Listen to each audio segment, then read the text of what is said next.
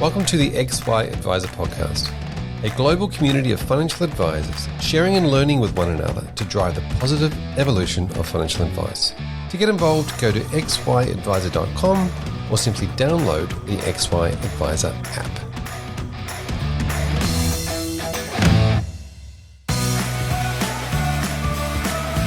Hub24 is on a mission to empower advisors to deliver better financial futures for their clients. They are dedicated to customer service excellence and delivering innovative product solutions that create value for advisors and their clients. These are just some of the reasons why advisors rate them number one for overall satisfaction and why their managed portfolio solution has been rated best in market 5 years running. Hub24 believes nothing happens in isolation. So they're working together with advisors, licensees, and industry leaders to leverage their data and technology expertise to help solve key challenges in the delivery of financial advice, so more Australians can access cost-effective advice.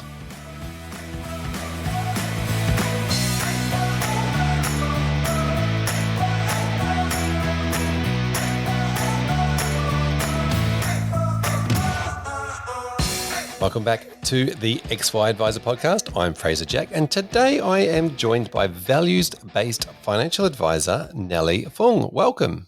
Thank you, Fraser, for having me on your podcast. It's wonderful to have you along. Now, do you want to give the listeners a very quick overview of just what you're doing at the moment and where are you working? I'm a values-based financial advisor. We are based in Ivanhoe in Melbourne.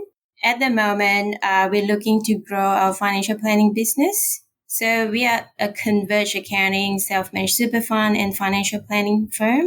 And it is a very exciting time, knowing that there's lots of opportunities for advisors to help clients now that a lot of advisors are leaving the industry. So we do our best to help clients who are not having access to their advisors who are gone. Yeah, wonderful. I look forward to exploring all these sorts of things throughout the podcast. But before we get into all that detail, tell us about your journey. Tell us about your story. How did you decide to become a financial advisor? Good question, Fraser. So I started off as a certified practicing accountant back in Singapore. And when I came to Australia, Melbourne in particular, in 2006, I was looking for work and O'Brien's has got this opportunity of 3 days accounting and 2 days financial planning. So I'm really fortunate to get my first job with O'Brien's and I'm here 15 years on. So after 6 months, I decided that financial planning is so much more meaningful. Like you can have an impact on the life of your clients. So it's not just about numbers, but it's more about how do I make a positive difference to clients, help them to have peace of mind knowing that, your future is secure because we do cash flow projections. We talk to them about what's important and we keep them on track to achieve what they say is important. Most importantly is spending more time with your family rather than just working. Yeah, now 15 years is an amazing time to spend at one firm. Obviously, it's a place that you feel very comfortable and love being involved with. I just want to go back to that transition though, when you thought, all of a sudden, the difference between a role of 3 days accounting and 2 days as planning. Were you finding that the accounting was primarily obviously based on numbers? It was more past orientated, and the planning was more future. What were your thoughts around? Was it past and future type things, or how are you seeing the difference between the two roles back then? Yeah, so I was practicing as an accountant back in Singapore. I had 2 years of external audit experience, 4 years of commercial accounting in a listed company. And then I ventured into financial planning for a short while with AIA Singapore. So when I came to Australia, I met my husband, who is Australian-born Chinese. So we got married and I decided that I need to come to Australia because his parents are all here and he's the only son. So when I was looking for work, I was really open with options. And I'm thankful that I found a job that allows me to assess whether should I go back to accounting or do I want to consider financial planning. And back to your question, it's all about forward looking. I do not like to look at past records. What's past is already past. You can't change the past, but you can always plan for the future. Yeah. And so that real change that you could affect on the clients was all about what they can do from here, not what they did in the past. That's right. Yeah. So talk us through your journey. You started there 15 years ago. How long in was it before you decided that financial advice was for you? It only took me 6 months because I was doing all this, MYOB. I taught myself that software. Yeah. And doing all these past records. And I had the opportunity to work with a really good advisor, Leon Moran. And, it's all about how do we improve a client's financial situation by helping them with tax-effective strategies as well as plan in advance, make sure they're on track to achieve their goals. If they are not, we also have challenging conversation with clients.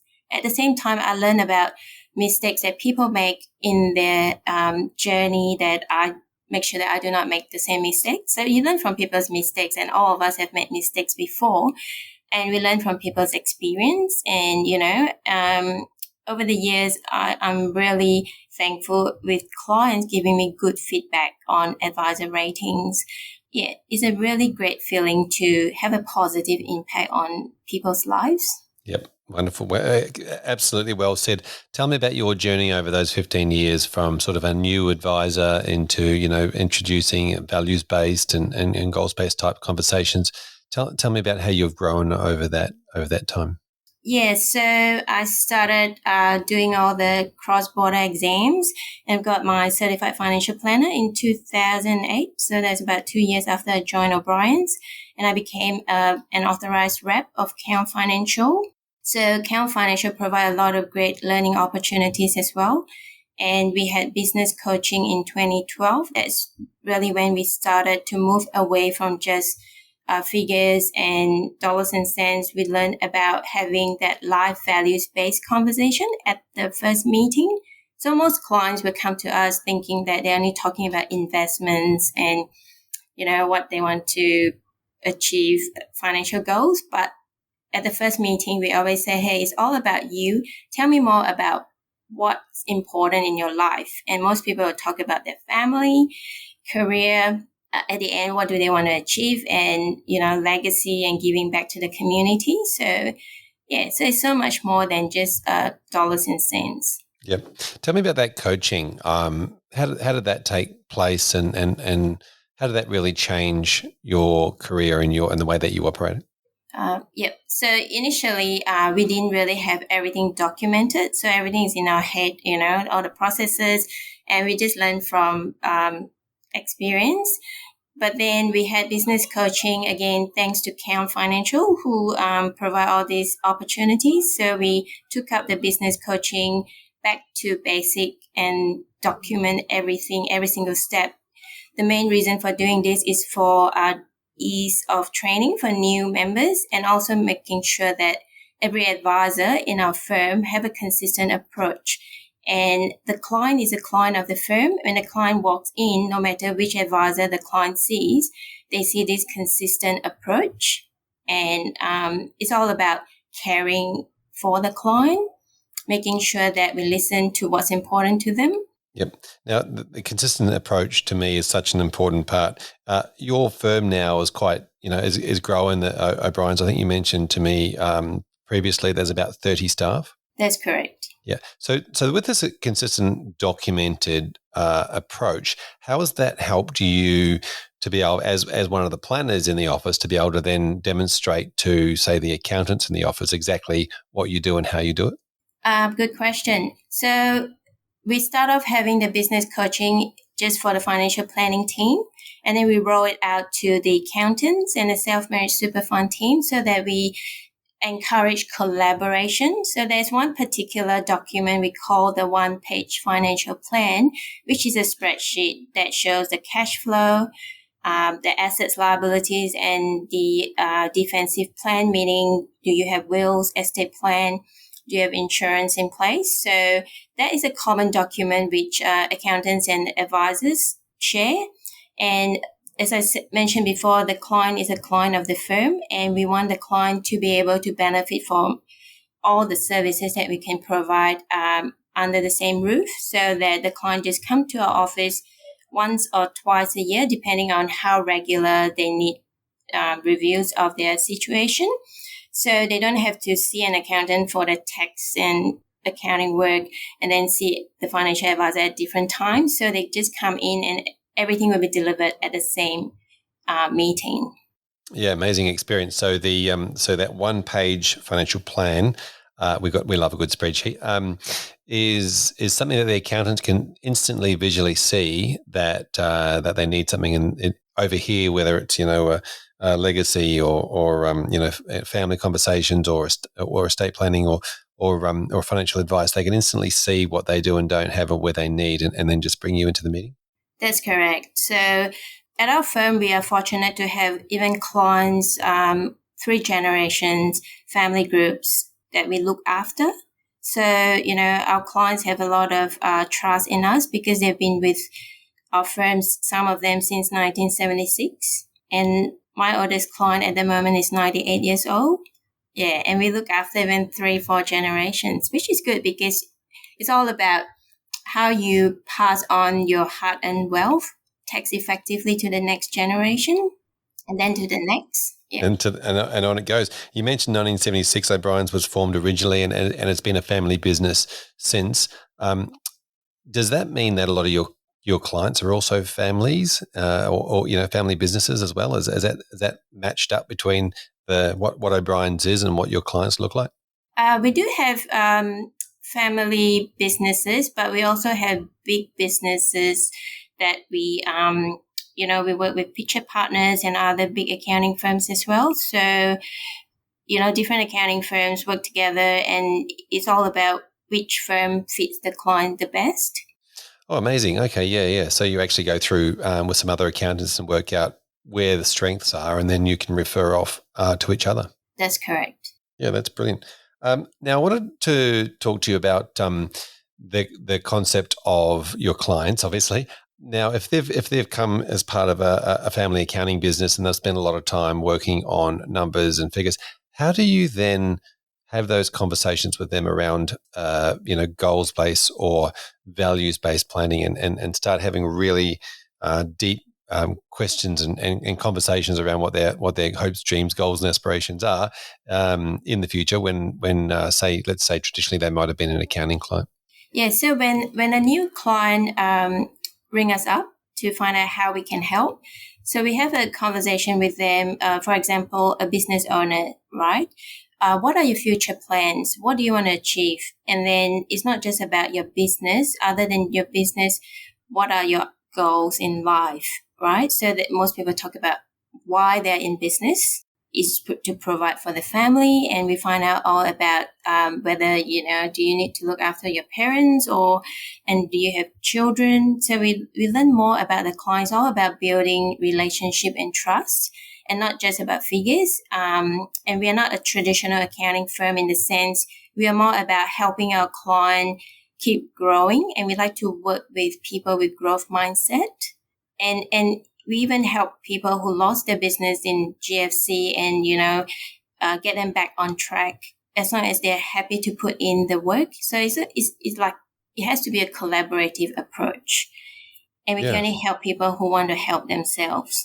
Yeah. I'll work with and collaborate together. I do like that growth mindset comment. Do you have any?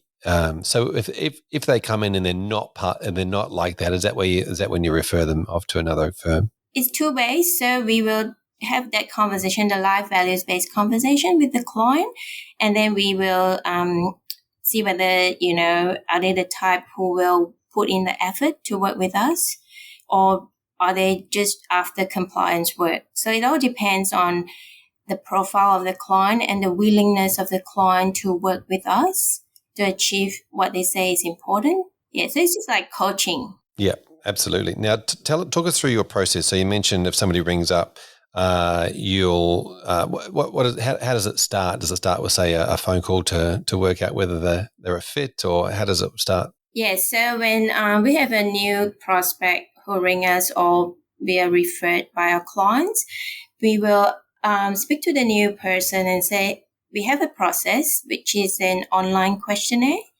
It will just take you 5 minutes for the first one for us to determine what's important to you, and it's thought-provoking exercise which helps the client to think about different areas in their life that are important, not just one aspect. And then there's these other 15 minutes questionnaire for them to fill in all about their financial details and list their short, medium, and long-term goals. So we will process that information, offer a first no obligation meeting just to go through with the client to give them a feel about how we approach the work. And we are there for a long-term relationship. We're not looking for transactional one-off. Yeah, transactional. We fixed it. There you go. See you later. Now that questionnaire, that's the same questionnaire. It's about 15 minutes long. You ask a few of those deeper emotional questions in that, as well as just a general overview of their current financial situation. Yes. So as I mentioned from the start, we are values-based advice. So we find out what's important to the client. What do they want to achieve at the end of the day? And then why are they doing what they're doing? Yep. So it's so important to understand the why first. Yeah. Now with that why, how do you dig deep enough to know what the why is, whether it's the true why or not? By asking the right questions. And every client's different. So sometimes, for example, I have a client who came to me recently and, "Oh, Nellie, I'm just interested in investing the cash in my self-managed super fund. Can you just provide advice on this?" I say, "I'm sorry, because of the new rules, I need to find out more about you and whether in the first place is the self-managed super fund right for you. And you have to make sure that your super fund is compliant before I even can provide advice." So I have to do all this due diligence as well. We have to do so many exams. We want to keep our license. And we want clients to understand that we are there to look after all areas of their life, not just one aspect. Yeah, very good. So you go through that first no obligation meeting. How long does that first meeting go for? It's usually about 1 hour.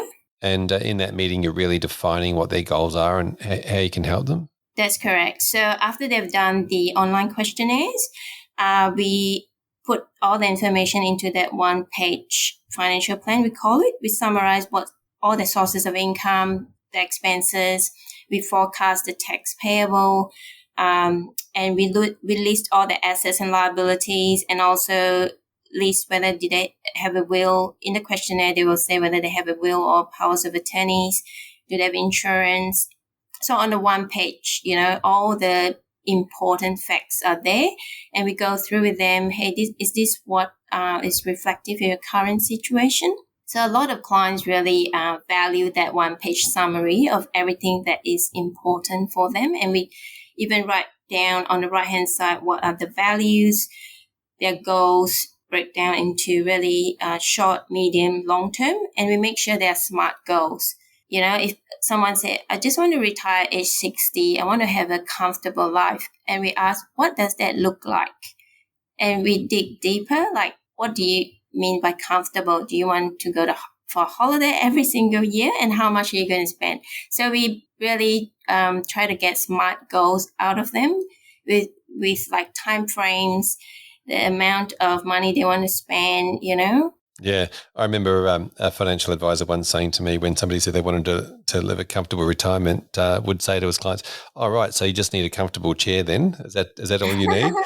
Or do you want to live a dignified retirement and be able to do these sorts of things?" Yeah, specific is really important, isn't it? With that Yes. SMART goal setting, understanding what does it mean to them, and then some of the parts of the SMART and SMART can mean different things, but obviously it's a very big piece defining that. What does it mean, that measurable aspect, and that really chunking that down into specifics. Very good. So that's the first meeting that you go through with them, and as you mentioned, it's no obligation. During that meeting, is that when you present what you do and your fees you charge and all those types of things? We don't present the fees until we can demonstrate value. So for the first meeting, the most important is the client. It's all about what's important to the client. We let the client share with us what they really want to achieve, and then we show them examples of how we can help them.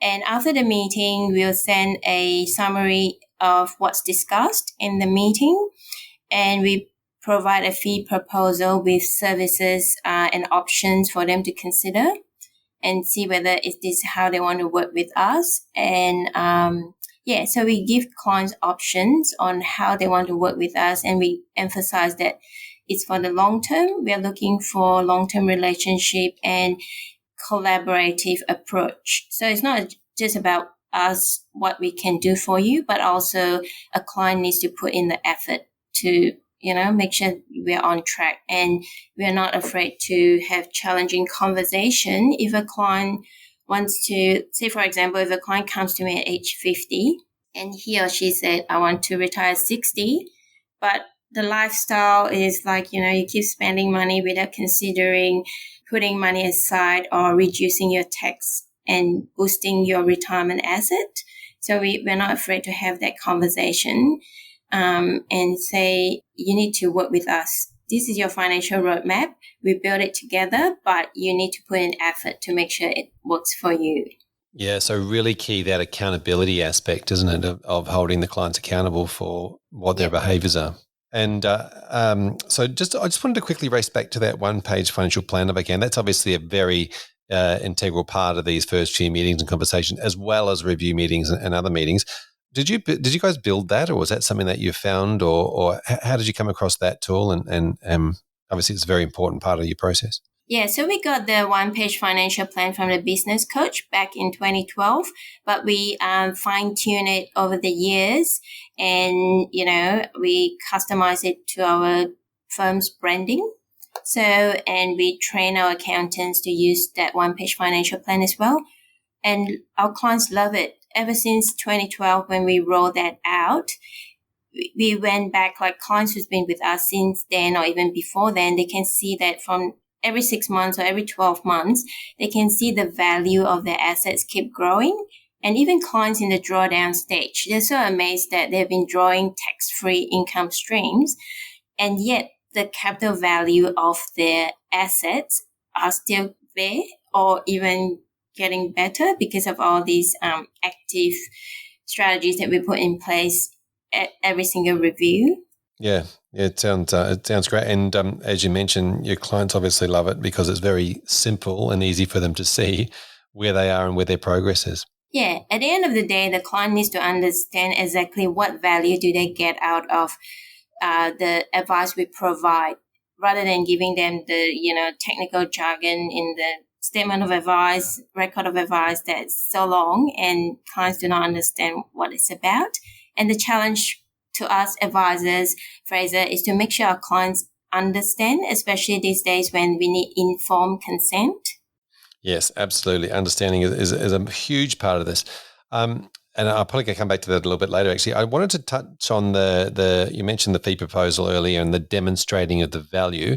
How do you then go back to client? You've got the one page. How do you then say, look, this is a demonstration of some of the value that we can provide, and here is the fee we will charge? Yeah, good question. So after the first initial no obligation meeting where we uncover what exactly the clients want to achieve, and at that meeting we ask them to prioritize their goals. So after the meeting, once we understand what exactly they want to achieve, we put into our fees and services proposal and say, hey, if we can help you to, so for example, back to the example of a client who comes to me and say, I just want to talk about investment in self-managed super fund.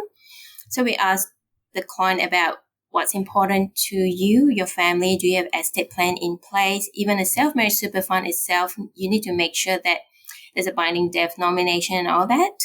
So at the meeting, when you ask all those life values-based questions, you uncover a lot more areas that the clients need to look into. So we would give them option. If this is what you want to talk about, this is how we can help, like tax-effective strategies from now till retirement, what we can do with you. And we estimate the tax savings. And then we propose the fee.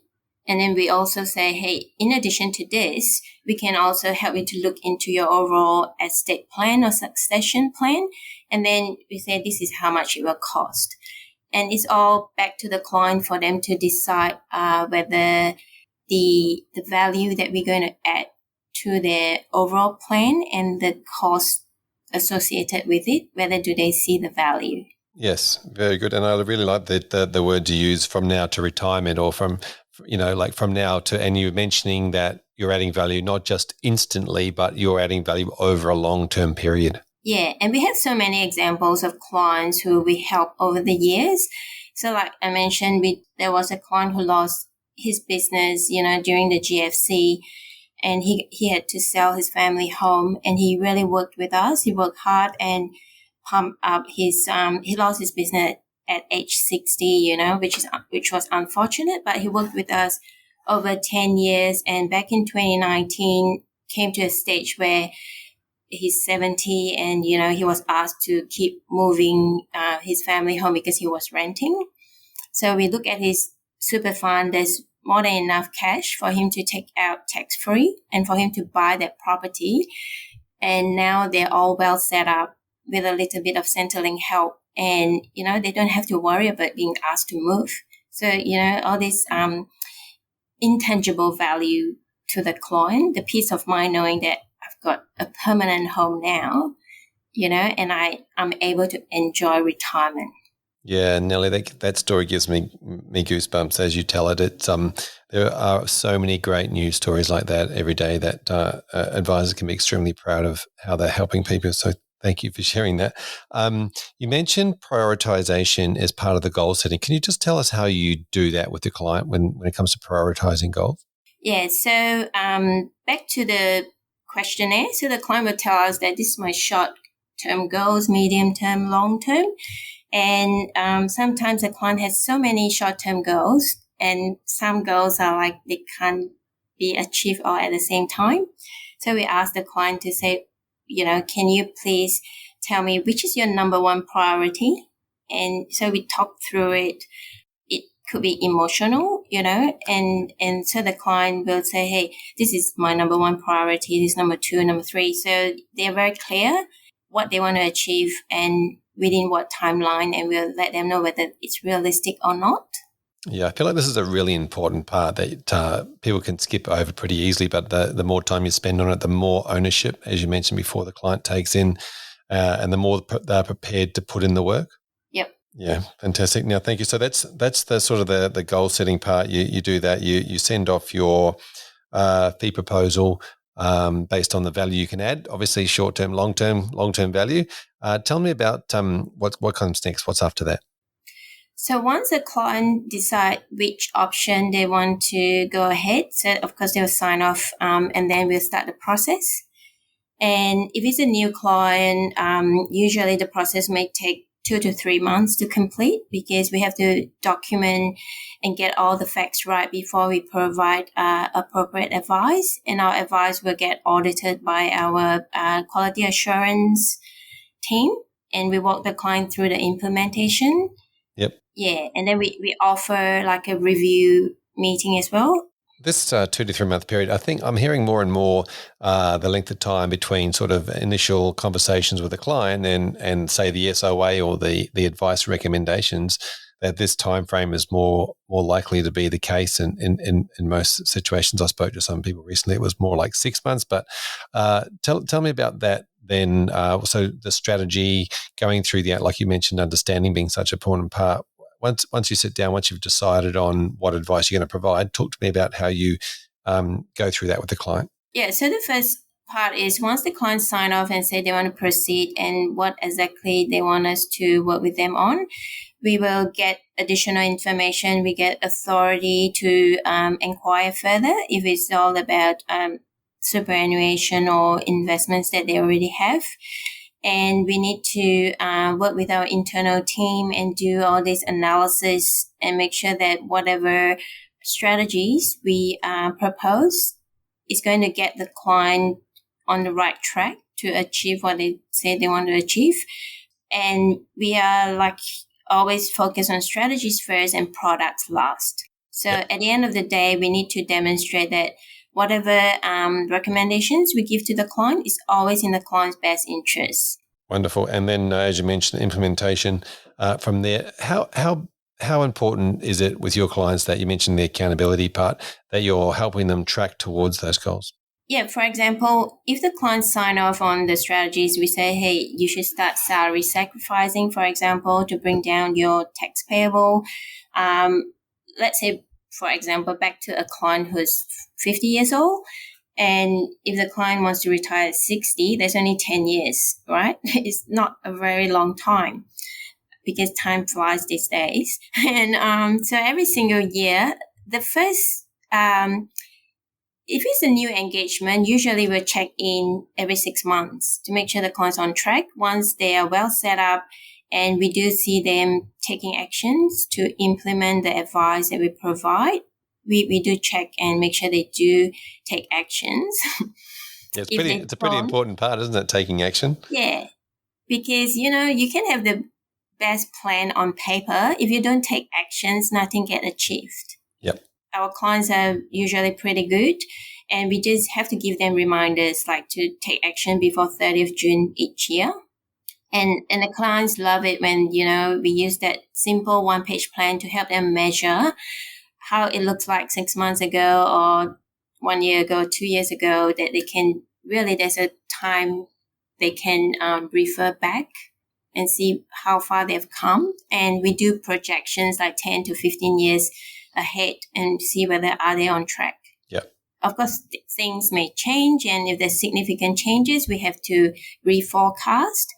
And so at the end of the day is, although at different points in our life, priorities do change, we will tweak the plans accordingly. Yep.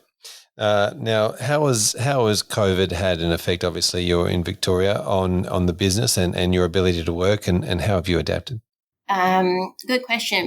We were lucky in the sense, financial planning side of things, we're pretty much 90% paperless before COVID hit, and our firm has adopted a lot of technology. We used DocuSign maybe a couple of years before COVID.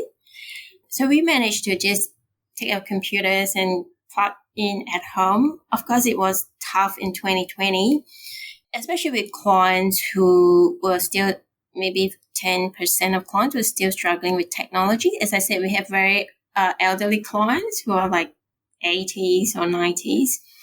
So how we go about doing it is we use the phone to talk to them, and we mail out stuff to the clients. So financial planning side is not too bad. And even the accounting side, we have been scanning documents. We have a client portal. Yeah, nice. Excellent. So technology has been a big part. Tell us about the technology journey. Technology definitely played a big part, and we are really grateful for things like Microsoft Teams, Zoom, so many platforms. And clients who can't handle these platforms, we use FaceTime or WhatsApp. Yeah, that's incredible. WhatsApp. I've heard of a couple of different practices using WhatsApp and WhatsApp groups, and just using the communication methods that the clients already have, I guess, on their phone rather than trying to create something new. Correct. And it's amazing how a lot of elderly clients who are grandparents, they know how to use Zoom. They even know how to use FaceTime because they use it with their family, their grandkids. Yeah, it's become one of those necessities, hasn't it? That people now know. Everyone knows how to use a QR code. Most people know how to jump on an online meeting in some way. That's right. Yep. Now, apart from the one-page plan, which sounds amazing, tell us about. Are there any other tools that you're using in the practice that help you along? You sort of mentioned the online questionnaire, but what other tools do you use? The online questionnaire is actually Astute Wheel. So a lot of advisors use that. That is brilliant because that helps us to assess whether it's a new prospect willing to put in the effort, like just 20 minutes. If a person is not willing to do the questionnaire, we know that they're not the type of clients who are prepared to work with us. So that is how we screen clients who are serious about getting ahead. If a person doesn't even want to invest 20 minutes doing that, we find that I don't think they are prepared to put in the work to collaborate with us to achieve what they say is important. So that's the first step. Yep. Yep, brilliant. Now, tell us about the use of LinkedIn. You seem to spend spend a bit of time on LinkedIn. Tell us about how that works for you. LinkedIn is brilliant because it's like there's so many professionals using LinkedIn, and I've learned from one of the amazing mortgage broker in my network. So he got like 90 likes and he's always posting. So I've been active recently because I engage his friend who is really good with posting on LinkedIn. And it's all about sharing our experience and for people to know all about you before they even want to work with you. Like it's all about knowing your background first. Yeah. Yeah, interesting. And just getting to know the human behind the professional. That's right. Now, you mentioned earlier on that you're licensed through Count Financial Advisors, and tell us a little bit about that. So it's been a long-term relationship. Yes, our firm has been an authorized rep of Count Financial even before I joined. So the two principals, Mark O'Brien and Chris Mullins, they joined Count Financial in 2001, if I'm not wrong. So that was 5 years before I joined. Yep. And Count has been brilliant. Like, over the years, there's so many changes in the financial planning industry. And Count has always been very adaptable in making sure they look after advisors. And Count Financial is the largest network of accounting-based financial advisors. So there's a high quality assurance in there. And I've learned so much personally, in the last 15 years from all the additional training and conferences that Count put together for us advisors. Yeah. So you find that when you go along to those or participate in those types of conferences, there's other businesses very much or very similar to your business. Yeah, and also the advisors in the Count network, we are just like colleagues. We help one another. We learn from one another. We don't feel like, hey, we are not in competition, but more about how do we help one another improve. And 2 years ago, I joined the Count Advisory Council. So it's a small team of advisors in different states coming together to see how we can work with the Count leadership team to improve the provision of advice and make sure we are client-centric at the same time compliant with the regulators. Yeah, nice. So the Count Advisory Council. Tell us a bit more about what you're doing in that space and how it helps the other advisors in the group. Yeah, so as a member of the Count Advisory Council, what we do is we listen to members, any pain points, as we all been through so many changes in industry. It was very painful back in 2018 and things keep changing and compliance getting harder and harder. And, how as a licensee Count can help the members. Yeah. So at the moment, we have a chair. He's based in New South Wales. So we meet every quarter and we bring the pain points from the members back to the leadership team and see how we can work together to make advice a more pleasant journey for both advisors as well as clients. Yeah, wonderful. Sort of solving problems and bringing everything together. I really like it. Nellie, what have you got? Tell us about the future. What does the future hold? And have you got any plans to introduce anything in the future? The future is definitely exciting, Fraser. As planners, we are always forward-looking. At O'Brien's, we are working on Vision 2030, how we want the firm to look like in 2030 with the leadership of Count Plus, who is our corporate partner. We are building a plan. We call it Vision 2030. And it's not just about, achieving your financial KPI. It's also about giving back to the community, bringing along the emerging leaders of our firm. And then in the network, how do we impact future advisors in a positive way? And it's all about being a converged accounting, financial planning type of businesses. Yeah, amazing. I love that idea of Vision 2030. Now, is that something that all, say, 30 staff get involved with? At the moment, is the leadership group and the emerging leaders, people in our firm that we have identified as successor. So it's good to be able to even look 10 years ahead how we want the business to look like. Yeah, it's certainly great for that vision of what things want to look like, and then once you've got that vision nailed down, everything else just seems to come into plan. Nellie, thank you so much for joining us today and telling your story and your journey and all of the great things that you do. Well, not all of them, I'm sure you do lots more, but a lot of the great things that you're doing with your clients. If somebody wants to continue the conversation with you, what's the best way they can get hold of you? They can Google Nellie Fung. My name is not common, so people can find me easily.